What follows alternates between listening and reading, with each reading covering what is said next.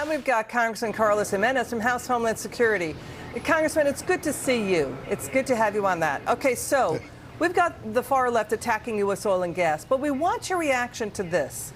Biden's Agricultural Secretary, Tom Vilsack, raising the red flag on this national security risk. He's saying, yeah, it's worrying that China is buying farmland near U.S. military bases and other sensitive sites. Watch this.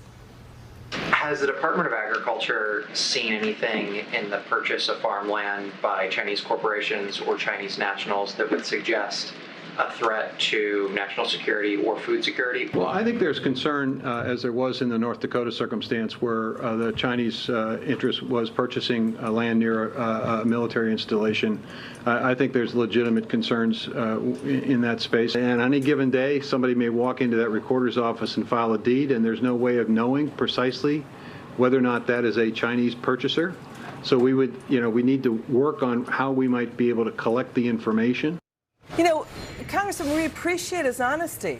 It's good he's being straightforward about this. So we're just supposed to be okay. Nobody's watching the store in D.C. We're just going to, rely on the county recorder or local offices to see if China is really the buyer. That China's burying who the straw purchases, that they are really buying this land.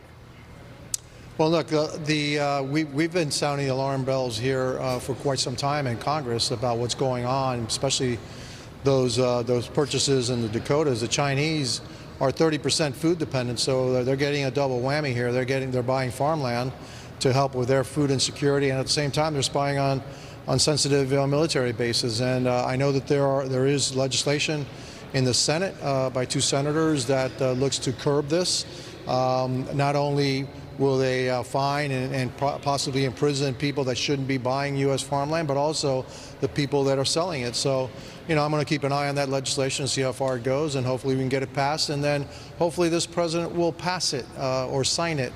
That's yet to be determined. Yeah, we've got Chinese spy balloons crossing the border. We've got, people fear, GP lawmakers fear spies are crossing the U.S. border. Now we've got NBC News. NBC looked at thousands of pages of government documents on foreign land purchases, something like nearly 3 dozen states. Everybody's saying, yeah, China only bought fewer than 1,400 acres. You cannot say that, full stop. No. It's sort of like, a conclusion is where the mind comes to rest.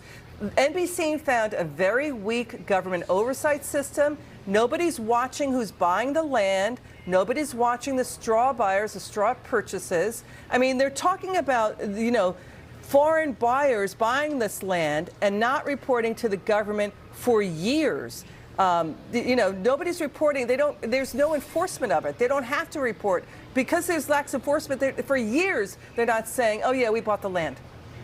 Well, what's interesting about the Biden administration is that even though, there are some states that have passed legislation banning the sale of, U.S. land to Chinese nationals and those tied to the CCP. It's interesting that his DOJ has now gone after Florida and Governor DeSantis for the law that they passed, saying that it's unconstitutional. So actually the Biden administration is speaking out of both sides of their mouth.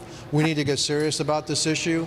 We need to keep our own farmland. That's one area that we are food independent, and we can be food dominant around the world. One place where we actually beat the Chinese. The Chinese are trying to get their foot in the door here to solve their problem of food insecurity, but at the same time, again, they a place where they can actually spy on these sensitive military bases. And so, yeah, we need to do a better job of that, both at the federal government, but then the federal government should be trying to stop the states from doing the job that the federal government has failed to do over the years. Got it. Congressman Gimenez, thanks for joining us. Great information. It's good to see you again. Hope to see you soon.